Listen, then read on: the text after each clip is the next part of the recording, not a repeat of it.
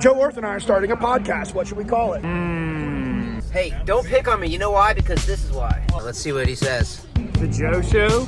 Give Joe the business? That's right. Cup of Joe. Cup of Joe. What is happening here? Would you listen? We'll give you a chance. Thank you. That's Joe. That's Rooster. And this is the Together We Shall podcast, episode 7. What's happening, man? Not much. I think I'm going to do the number thing for a while, kind of like you did with like Spotlight, and understanding that a big portion of our audience doesn't watch it. It's still just fun for me to do. So if you're listening to this, when he said episode 7, I held up 7 fingers, and because I'm a child, that was fun for me. But yeah, I don't know. Life, right? Full into the race season, heavy into Marine Corps Marathon preparation. So that only took a minute. Ainsley's Angels is official charity partner of the Marine Corps Marathon. If you would like to ride, run, just come hang out that weekend, Joe at Ainsley'sAngels.org. But yeah, other than that, work, life, play, things are good. You? I mean, everything's great. I mean, anytime I can get on the podcast once a week and listen to you plug the Marine Corps Marathon, 6 months out, like within a minute or less. Like, I was hoping to hear stories about you went to the baseball game yet, last weekend, and that, spring is fully underway and how you're enjoying, living life in Wilmington. That stuff. I mean, but it's okay. Yeah, those are all, I guess, givens, if you would. Leanne and I were talking about this the other day in terms of spring, as my sinuses are like recovering from a sinus infection, as gallons of pollen are just everywhere. It's like, this is the second best time of year potentially of like the weather temperature, but now there's just gallons of pollen everywhere. So it's like catch 22, if you would. But yeah, enjoying life in Wilmington. Took the boys the other day to see the local fire station. The captain up there is a friend, so he let them roam around, and I was, just pushing buttons on things, and then all of a sudden the alarm goes off, and he's like, "Hold on a minute, I got to listen to this," and it's like code 12 or something, and he was like, "Yeah, I got to go," and in 60 seconds, 2 trucks out the door, and we're just in the fire station like, what are we supposed to do? Like, do we shut the doors? Like, what's happening? It was chaos. But it was neat to see. Yeah, that stuff is neat to see. My dad grew up, when I was growing up, my dad was an EMS paramedic guy, and we would go see him, at his office, if you would. And there's, all the ambulances are all stacked up, 8 deep, and they're all shined up and ready to go. And all of a sudden you hear that call come in, dude, and like faster than you can blink, there's 2 dudes in a big old rig just hauling it. And I can recall seeing fire trucks like around that same time growing up, just like, whoa, dude, like 4 dudes on a truck, half dressed, blazing out of there.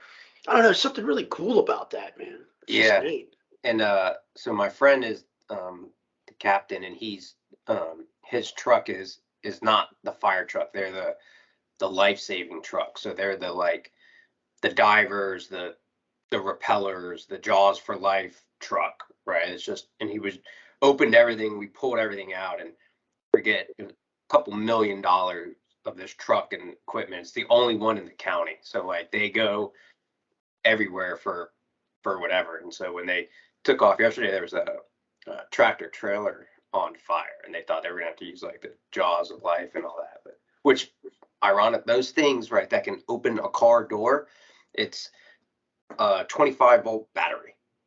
Like your lawn blower is that. Yeah, mind blown. Definitely mind blown. I like how he naturally just kind of evolved to like EMS and fire department and ambulance and Jaws of Life. And we have some guests on today who have had their own experiences with all of that, but I don't want to get way too far ahead of myself. But but I'm pumped, man. Episode 7. So, like, we've given a lot of thought along the way.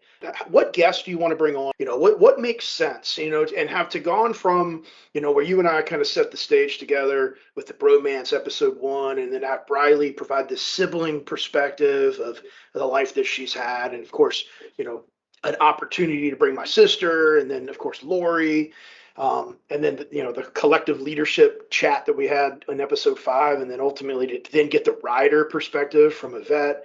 Like, where do you go from there? And as we racked our brains and thought about it, it was like, there's people in the world that are involved with Ainsley's Angels who are not riders, but very well could have been, and easily could still be, don't have children with special needs, which is an interesting thing. I think anytime that you find someone who is involved and does not have children of their own, because a lot of times our connection is to the children who have exceptional abilities. And at the same time, have an experience in the exceptional needs space. So it just made sense, especially since they have a book that tells the whole story coming out like now, to bring on the Warners. So without further ado, I'd like to say hello to Mike and Shelly Warner. Thanks for being here. Hey, thank you Thank so you much for for having having us. We're excited. So where are you physically? Who are you? Where are you mentally? Try that too.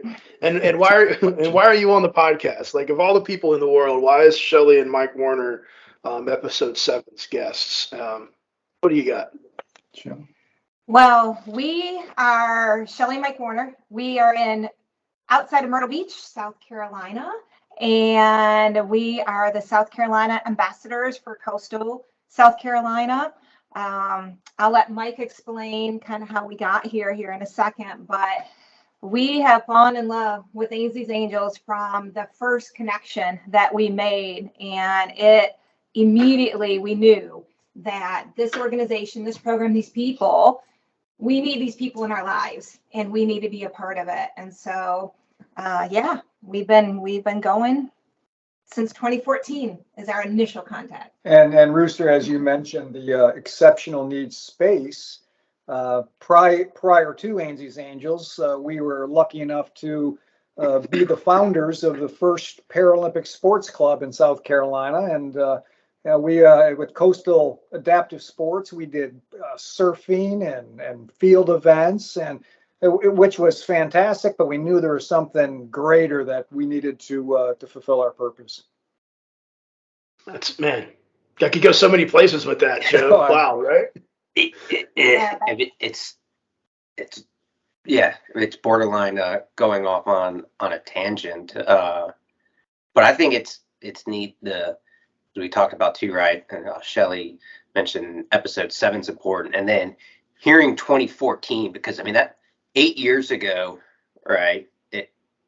Where we were as an organization. I mean, I'm going to say, I mean, you guys were in the first 10, right? I think ambassadorships that we had. We were. We actually, I had a background with endurance running for charity when I started my running journey with a program called Team in Training, which is for the Leukemia and Lymphoma Society. And when we moved here to the Myrtle Beach area, that was something that had not been in my life for a few years when we first moved here. And I knew it was missing, and I really wanted to get back involved with a charity program like that. We are from Michigan originally, and there's a program up there very similar to Ainsley's Angels, and we were searching for a chapter that I could get involved in, just volunteer and become a part of Team Triumph at the time. And there just was not one in our area. And over actually a couple of years in searching for that, I would periodically go and see where the growth was. And one day I thought, if this program is not down in this area, the people in South Carolina deserve to have this program here and be a part of it. We need to find out how we can bring it. And in that research, we came across this program called Ainsley's Angels out of Jacksonville, North Carolina, where we had just moved from prior to coming to Myrtle Beach. And we thought, what? And yeah, so that's where we made the phone call and email and hooked up within 24 hours and talking to Michelle Kendall Smith. And then she connected us that evening with Rooster, and we were off and running. And the rest is history. Absolutely. You said something that I was trying to remember. When you moved to Myrtle Beach, you moved from Jacksonville, right? But at some point, remind me, did you ever live in Wilmington, or you just were working in Wilmington? Yeah, we lived in Sneads Ferry, right there near Topsail Island. And Shelly worked in Jacksonville, and I commuted every day, as you do now, Joe, to Wilmington every day. That was the Target, right? Is that what you? Yes. Actually, my team and training group, I started with the rally chapter with team and training when we lived in Greenville, North Carolina. That was a haul. And then connected with team and training in Wilmington. So we love Wilmington. We have a lot of friends there. We've got a great connection to Wilmington. And obviously Mike's years spent there working at the Target store there. Yeah. I think of it weekly as I find myself inside that Target for sometimes nothing, but I get a coffee and I wander. And yes. So I buy something because it's a great place. Joe, just so you know, when I had that building, it was considered the best shortage numbers in the country and awarded the safest place to shop, at least when I was protecting the building. It's still, I mean, that place is, I think it's just the Target brand is an awesome brand, but it's always, yeah. It's clean, it's friendly, it's easy to maneuver, right? Physically, the carts, right, are like the best carts in the history of shopping carts, but then like just the flow, and I know there's like a science to that, right? But it's easy. I like it for sure. I think I got this Starbucks cup from there. Oh yeah. There you go. Yeah, I see a little bullseye on there. Mike mentioned protecting the store. I mean, of course, I know what that means, but for the folks that don't know, like they didn't see Mike all the time when they went to the Target because Mike was busy protecting the store. How did you protect the store without them seeing you? Well, that's thank you for asking, because that's a unique skill, and if you do it well, nobody ever sees you until the last minute. But with great technology and great people and a great team, it was a seamless effort and a lot of that's confidential, Rooster. I mean, my so I really can't share that information. I love that. I mean, it is perfect. Joe and I, as career intelligence professionals, and Mike throwing it's confidential back at us. I love that. Thanks for that. Yeah. That's good. So you're working down in Wilmington and Shelly's in Jacksonville, but like, how did that come to be? Like, how did y'all find the Target brand? I've always loved kind of I don't know, diving deeper on a question like that. That's where we met way back in the day up in Michigan. I'm from Grand Rapids originally, and Mike was actually working in a store in Grand Rapids as well. We opened the same store, and we were friends and colleagues and worked together for about 4 years before we started dating. And here we are today, 25-year anniversary this year, in May 3rd. So yeah, we started back in the day, and we actually came on vacation to the Carolinas when we were in Michigan. Wrightsville Beach. We landed. We had no idea where we were going. We had that trusty old atlas. And we mapped our route, and we thought we're just going to drive till we hit the ocean and figure it out once we get there. And that's where we landed, and had loved it, and went back to our stores and our leadership teams and said, hey, if they ever open Target stores down there, put us on the list. We want to go. And we were moving a couple months later. Happened to be perfect timing. Yeah. And then how much longer after that until we experienced what's now known as the holy cow moment? And we'll dive into that briefly, but how much time separated? It was just a couple months after we moved to the area that the impact, the holy cow moment took place. Just a couple months. So we were newbies to the Carolinas, and I got some fresh Carolina details really quick. There's a lot of people that are listening, know you guys as, ambassadors, right? And seen a lot of your videos, Mike, at like Marine Corps Marathon, but now hearing like, holy cow, like not really sure. And then like, for me, impact, that's a big word, right? I can unpack that if you'd like me to, just for the listeners. Yeah. So midnight, coming back from my store, that commute from my store to Raleigh, I hit 2 of 5 1,500-pound black Angus cows in the middle of the interstate, driving over 75 or 70 miles an hour. So I hit livestock in the road, and I suffered a C5 spinal cord injury upon impact. Yeah, that's a lot. Yeah, and it's okay if you guys want to dub me the cowboy, because it has happened from the administration of the hospital. I immediately became the cowboy, and that's fine. I hope you think of me, Joe, when you're eating that red steak, because it might be one of mine. I don't know. What's funny too is I don't know, funny, right? But the food and nutrition and health journey that you guys are on. I see a lot of your posts and all about healthy eating and and I'm like, man, that looks like the way to go. But then I'm like, I like steak too much and fried Oreos, but it looks good. Just need to like learn to like maybe mix some of that. It's all plant based, right? Mix some of that into my diet. Cows eat grass. I eat cows. So that's.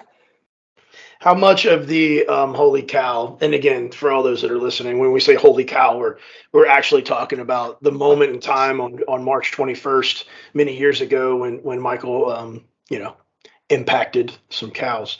Holy cow, right? And it's also the name of their book, which, by the way, we haven't mentioned yet. We're talking to published authors today, Joe. What about that, huh? I know. Yeah. And I mean, like everyone here is published except me. But I'm not going to be published. So I saw that look in your eye. You're like, we can change. I know people. We can change. No, I'll stick to watching movies and stuff.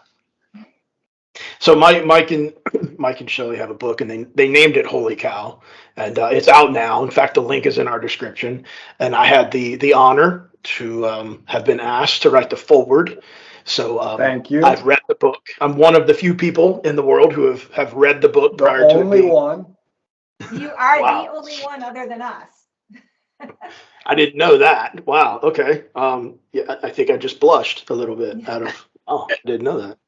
It's a wonderful read, and at the risk of a whole podcast being about how wonderful the Holy Cow book is, I'm going to let the readers enjoy the book themselves without any type of teasers. But I will just say that if you read the book, it's a page turner. It moves fast, and it takes you, just like our podcast does, on an emotional ride full of laughter, full of some teary moments.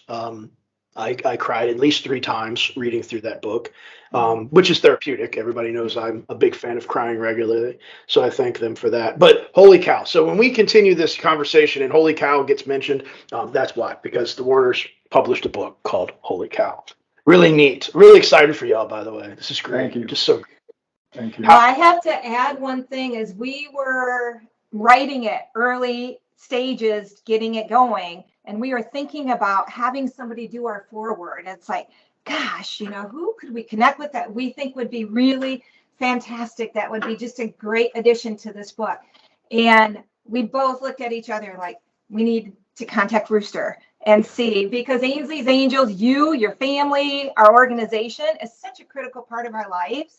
And we were just so grateful to you for doing that. So thank you very much for that. Absolutely. I mean, thank you. I appreciate it. It was a great opportunity, which that's a great segue. I mean, I remember the first time I ever talked with you all. And it was a phone conversation, and it was all about how, your story and what you were doing and how you connected with Michelle, and then you had a chance to go out and eventually execute the program. And I remember calling and discussing that with you all, and just the joy and the excitement in your voice about having had an opportunity to execute an inclusive running event. I still remember that conversation, not like it was yesterday, but it holds close.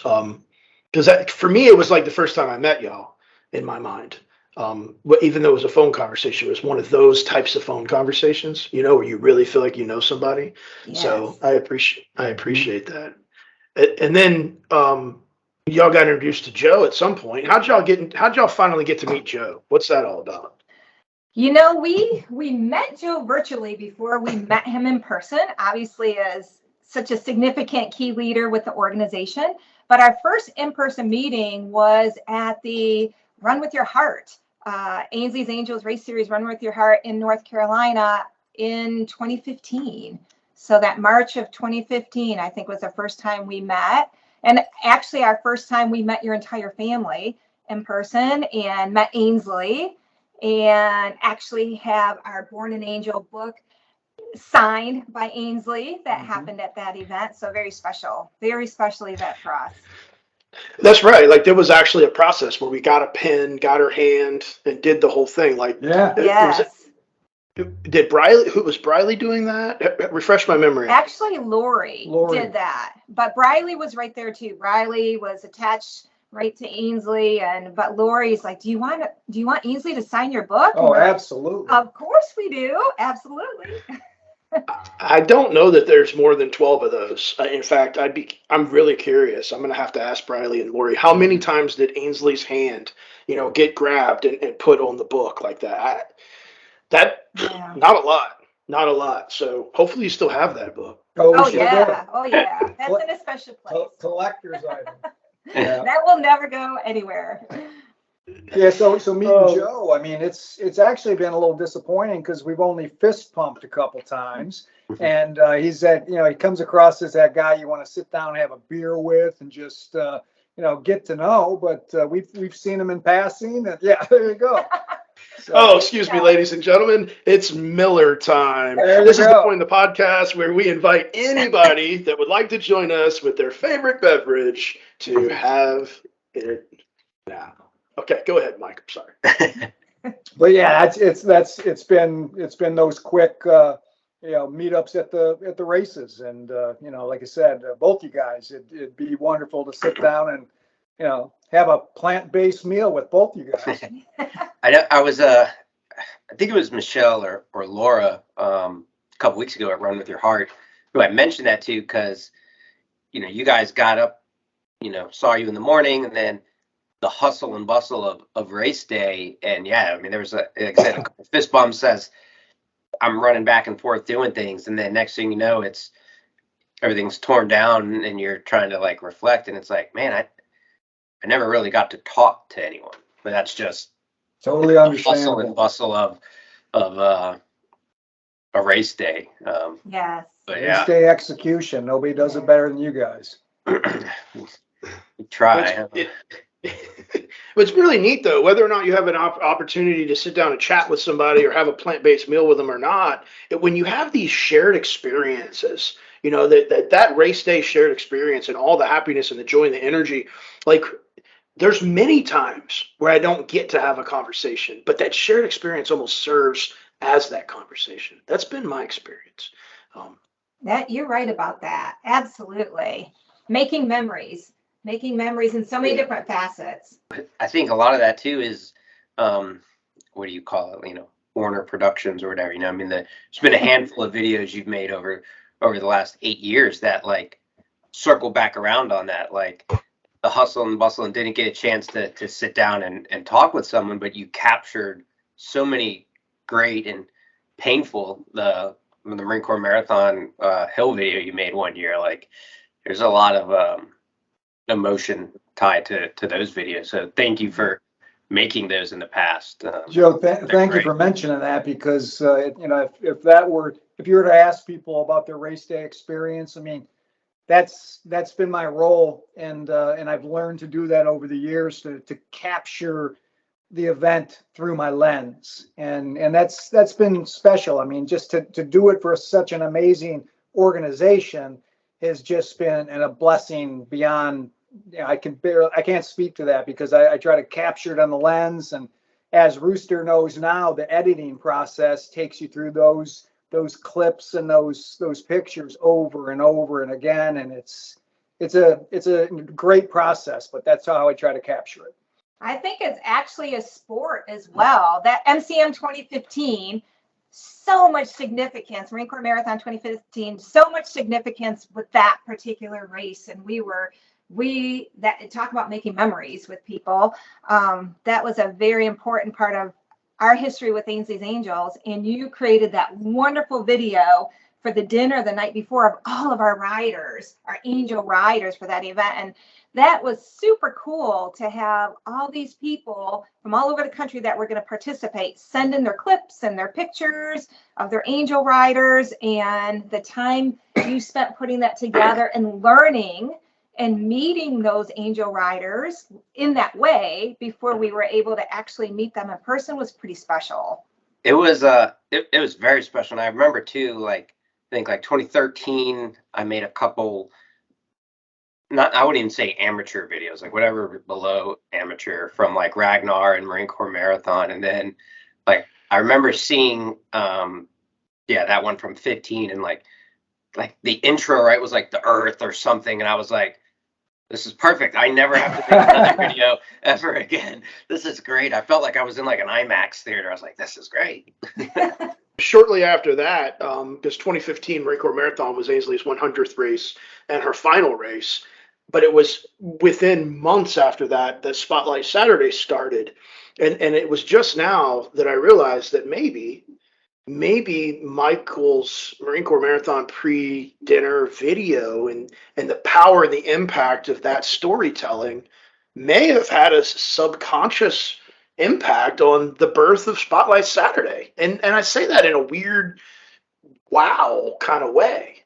I mean, just that thought, Rooster, is an honor to think that that's a possibility. But I remember when the Marine Corps video played, I was in the back watching everybody respond to that video, all of our families, and I had a little tear rolling down my cheek. It was a special moment. Yeah, it was a powerful experience.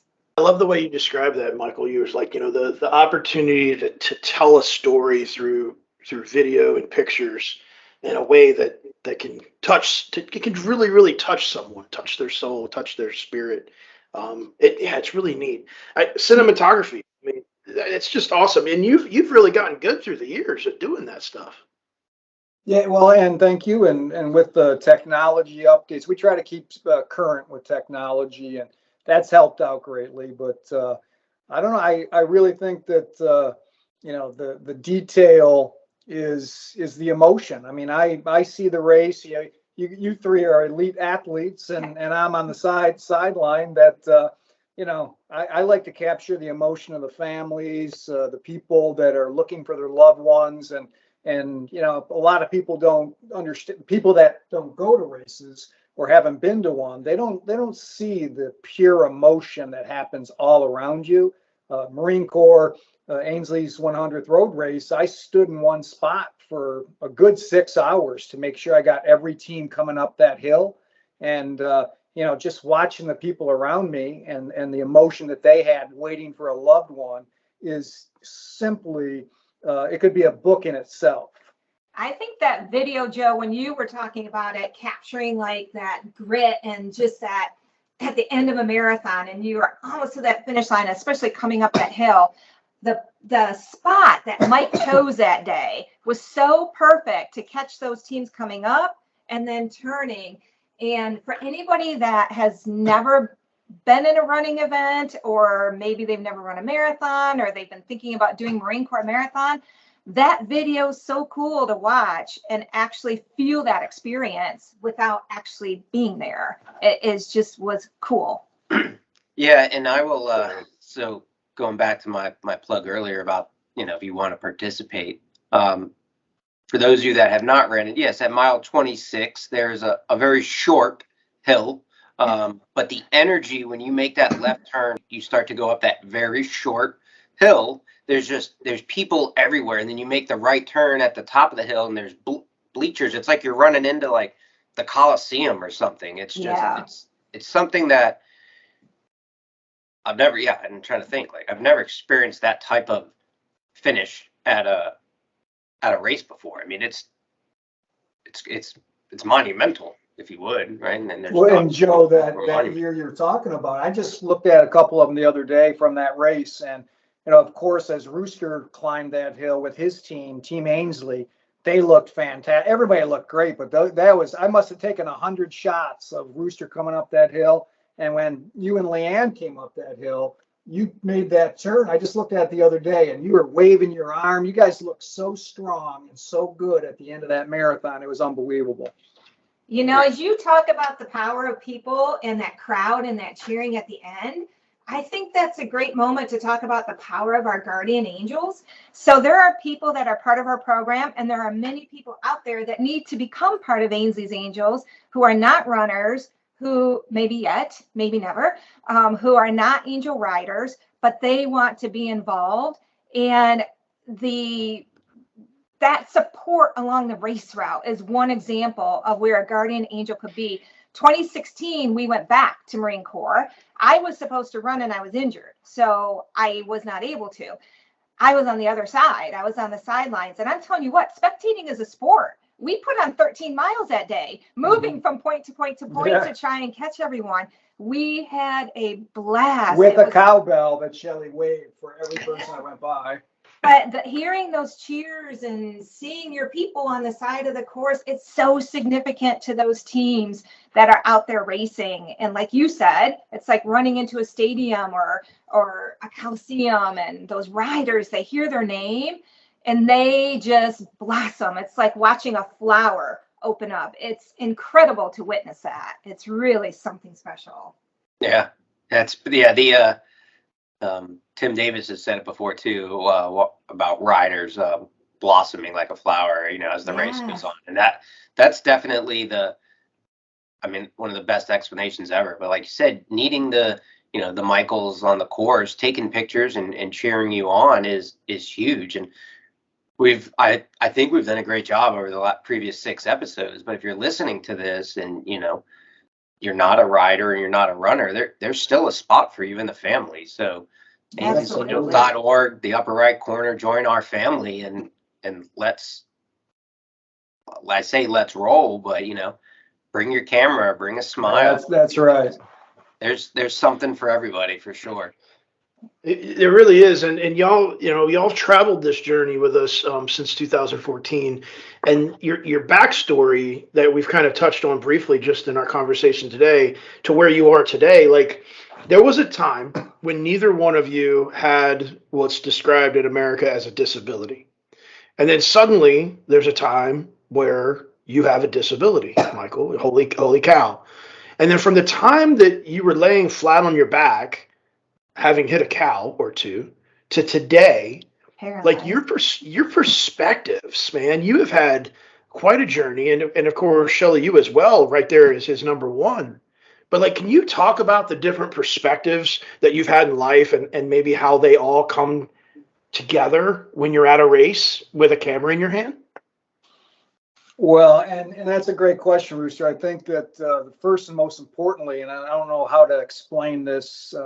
The gratitude is just overwhelming, because first and most importantly, when you're paralyzed and you have a 1% chance to walk, just holding the camera is a gift in itself. I mean, just being able to stand in one location for a while is a gift, and I'm just overwhelmed with gratitude every time I'm at a race. Kind of to lighten it up, a little funny thing, that I followed Shelly around for years after my injury to all her races, and people grab me at the airport. They think I just ran a marathon because I got a spinal cord limp. So it's been a good journey. So, oh God, that's hilarious. Gratitude. Oh man, that's gratitude. I can Wow. share too from his experience at those races, and especially tapping into Ainsley's Angels and becoming a part of that and being on the sidelines watching that. He's got this love of capturing it with the camera, but internally he also has had this drive of, I want to be in the mix. I want to be out there. I would love to be able to run someday. I would love to be able to be a part of that. My dream is to run and push one of our angel riders in a race someday. And he had that dream for years. And actually, we were able to make that come to fruition. Well, I mean, What your mission? He ran his first 5K in 2018, and our angel rider was extra special because why? her name is Faith, so we took Faith to the finish line. Yeah. And perfect, beautiful child that matches that name for sure. She's wonderful, as is her mom. and that was 18. And remind me, the year of the accident was 95. 95. Yeah, so that many years it took for him to work up the courage, really, to realize that this can not only just be a dream, this could actually be reality for me. And he actually did it. Well, and just to jump in there, guys, I mean, the journey has been long, but you know, I've been back in high school and college. I was a soccer player. I've always been an athlete. I've always had that mindset to compete. But after my injury, I did transition into where Shelly and I, we ride a racing tandem bike. I'm a cyclist. The running and the procedure of running is really a different movement for somebody that has my bad side, my nerve and muscle damage. But on a bike, I like to say I ride like Lance Armstrong minus the drugs.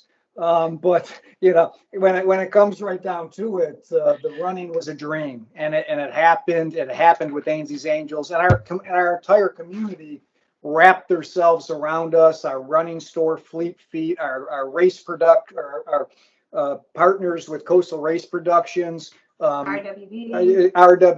We created this dream team that supported me on that race course, and the entire community they were fantastic, and I was able to do that first 5K. So you're talking 20, right? 23, 20 plus years. Don't do math in public, right?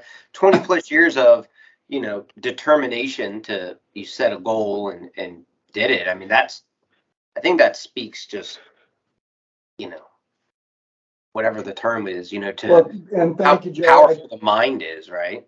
Well, and I think that part of that powerful mind is seeing the athletes from the sidelines and watching Shelly and all her events and seeing the beauty of that. I mean, if that's not a driving factor to motivate me, I mean, there's nothing that could stand in that way, because you see it over and over every weekend. It was sooner or later I was going to run, and I'm proud to say today I am a runner athlete, an endurance athlete, cycling and running. And I'm proud to say that I'm out there. He's like had this seed that was planted, and over the years it just kept getting watered until finally it broke through. And he talked briefly, Mike mentioned our tandem, and another piece of the story that I'm going to put out there for him, that many people don't know, is that he suffers from seizures. And so the reason we ride the tandem is we had our own individual bikes, and when we moved here, I finally talked him into trying cycling, and we would be out on those bikes in the neighborhood and such. And he sometimes would go into a seizure while we were on those bikes. So I would have to jump off mine, run after him, grab his seat, bring him to safety, and make sure he came out of it before we could continue on. Well, we wanted to do endurance rides. We wanted to ride for charity. That seed was already planted in us. And we thought, well, if we get a tandem, then I could be on the front maybe. And if you had a seizure on the back, I wonder if I could control the bike. And if so, then it would open up the door of opportunity for us to do charity rides and get involved in endurance events in a different way. And so that's what we did, and it worked. And yeah. I love how you said, get off your bike, run back there and take care of them and then keep going. I don't know, because the stubbornness of me. I pictured like, you know, he comes to and it's like, all right, get on. We got 20 more miles to go. And Michael's like, goodness gracious, tough coach there, if you would. Hey, Joe, I'll tell you what, I mean, and it's in the book, another selfish plug for our book, but the real hero of the story is the wife that jumps off a bike and catches me as I hit the neighbor's mailbox on my own bike. So she's the real hero of the There's story. just been a few couple of funny moments out there. Yeah. We can laugh about them now. Yeah. Not all heroes wear capes, right? Yeah. Absolutely. And we did a 300-mile charity ride across the state of Michigan. And so For Make-A-Wish. For Make-A-Wish. So we were 100 miles, the third 100 miles on mile 20, I had my first seizure, and we had a whole bunch of bikes behind us. We're safely pull over. I have a seizure, of the bikes go by us, and Shelly calms us down. And once I come out of the seizure, a complex partial seizure, we kept on going and finished the 300 miles. So 80 plus miles later. Wouldn't happen without this one. Well, I mean, we're I don't want to say like opposites, but the first ever I would say endurance event I ever did was the MS 150, so the 150-mile bike ride. They do around the country. There's one in Virginia on the Eastern Shore, and that's 75 miles one day. You like camp out, and 75 miles back the next day. And I think I threw that bike away after that.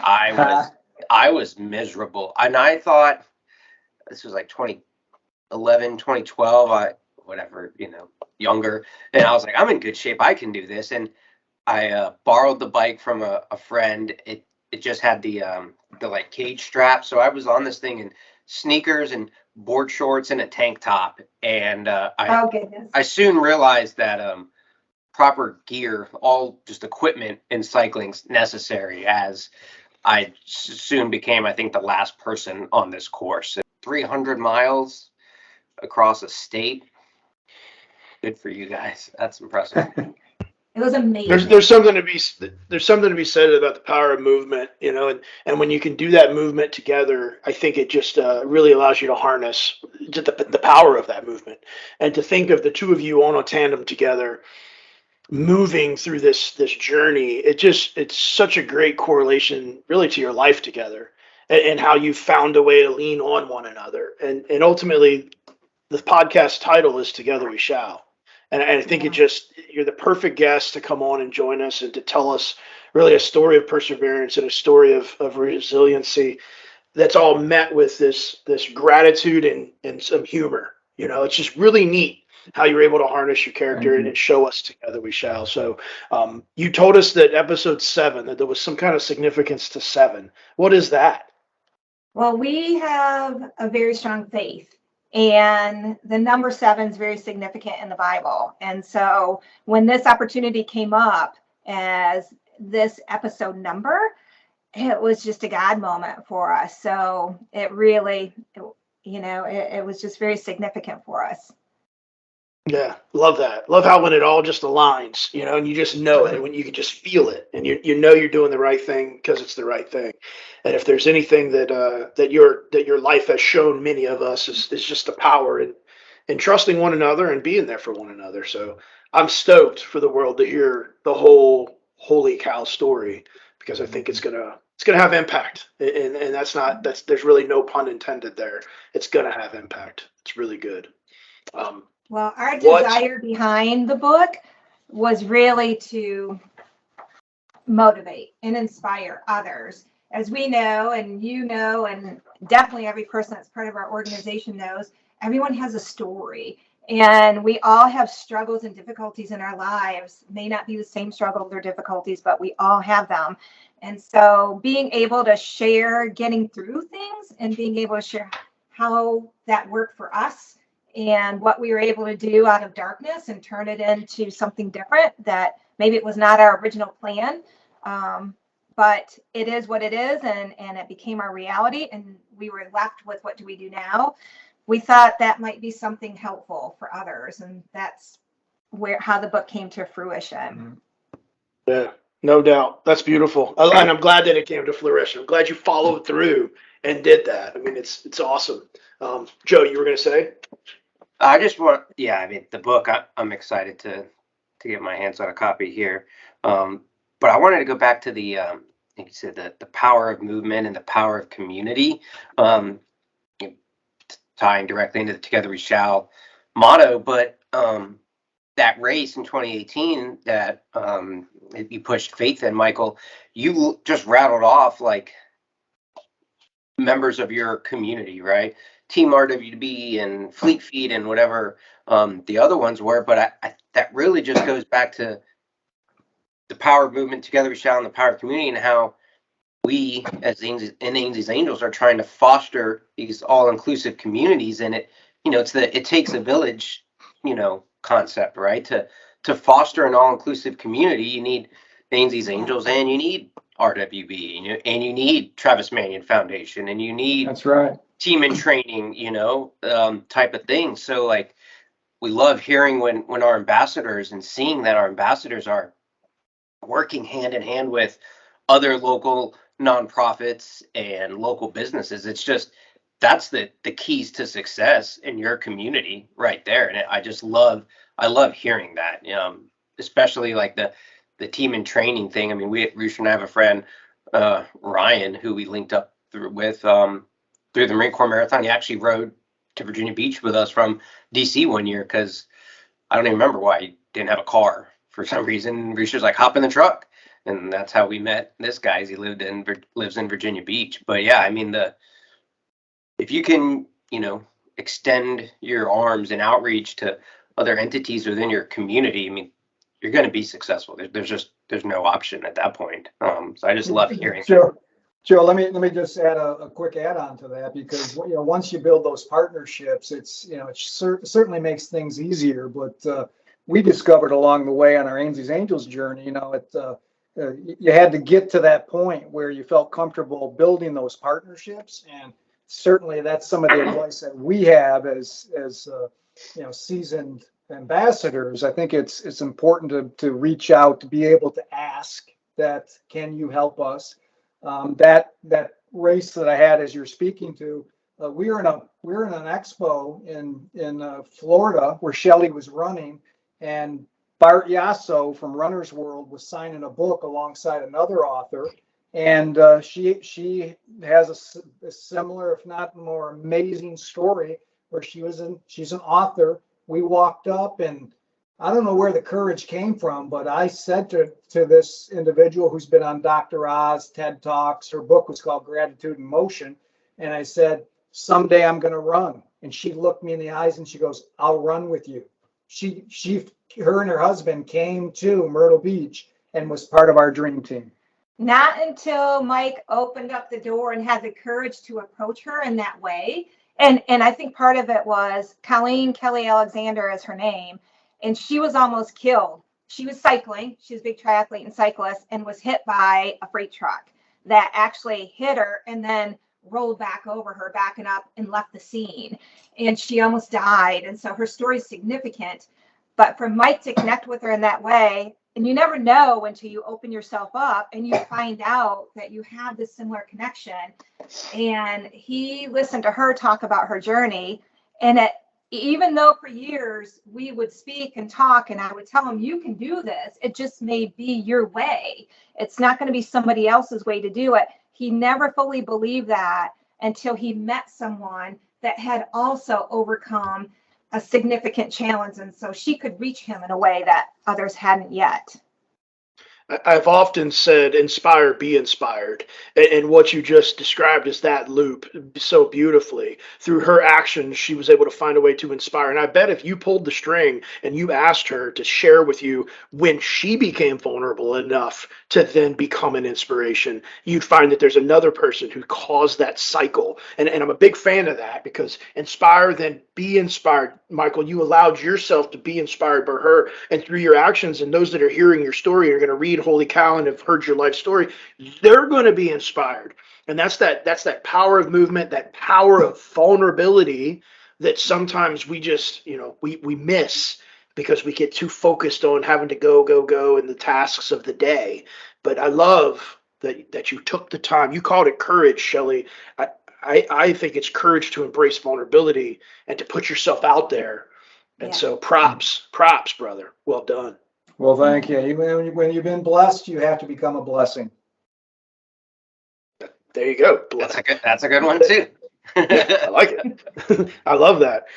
There's so many places that we could keep going in this deep dive to find more nuggets of connecting points and places that we've intersected in our journey.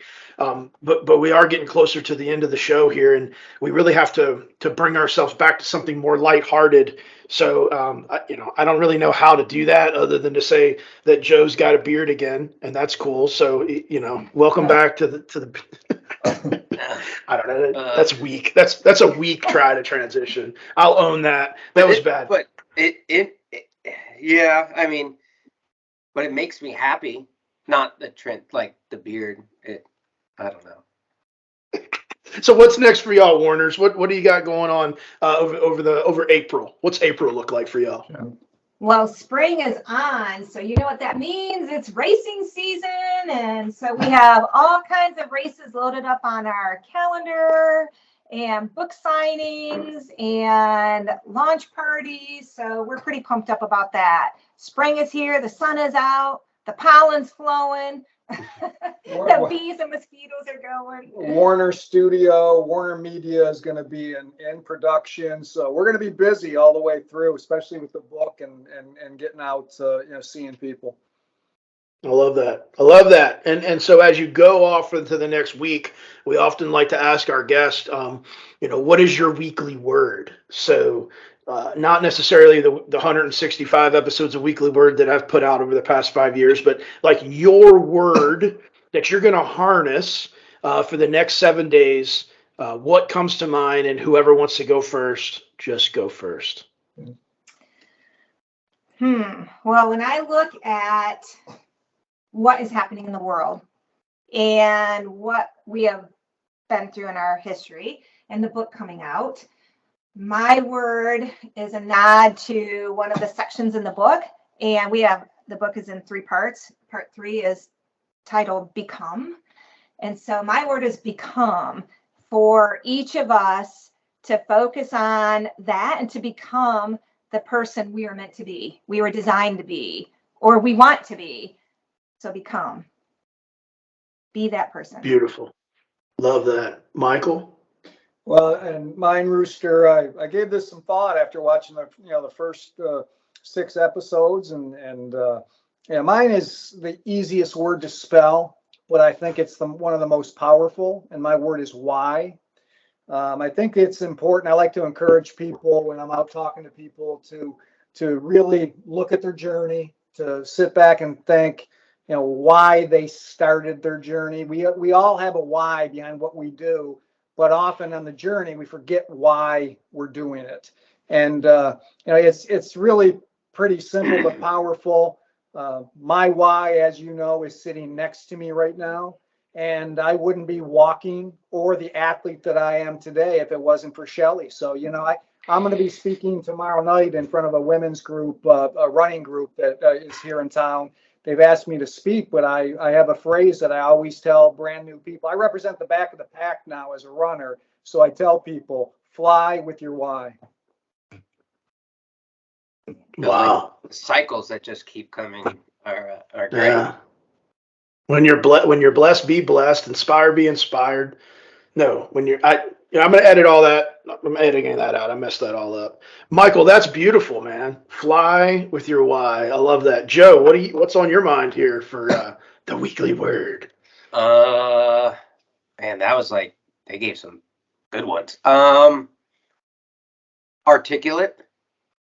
And the reason that is we have some new ambassador training that we're developing in our education program, and just continuing to review and help Sean with his modules. So Articulate is the program we're using, and that's what I'm going with. Okay. We'll see if that makes it into the final version of the podcast. Oh God. Anyway, so Michael said fly with your why, and I thought that was awesome. And then I say, okay, so Michael, Shelly, like as we close out the episode, what do you want to leave people with? Stay present in the moment that you're in and look for what you can celebrate there. And don't miss those moments to celebrate along the way. Just find that love, that joy that you can connect yourself to. And as we say, and they'll find out, use what you have, do what you can. You know what? I got enough. He's in charge. We're done. This was good. Yeah, we're done here. The structure of this building has reached its capacity. Find your people, and if they make you feel sexy, even better.